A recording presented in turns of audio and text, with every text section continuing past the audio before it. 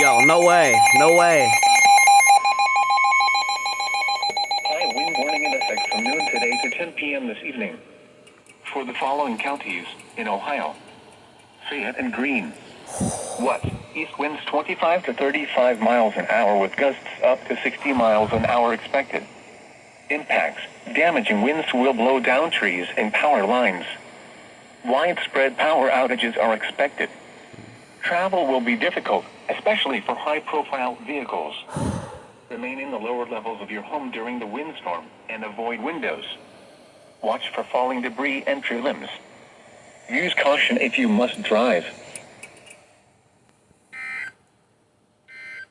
Holy crap. That. I've had this weather radio back here yapping all night, so luckily I heard the first EAS header and pulled my phone out. Holy crap, bro.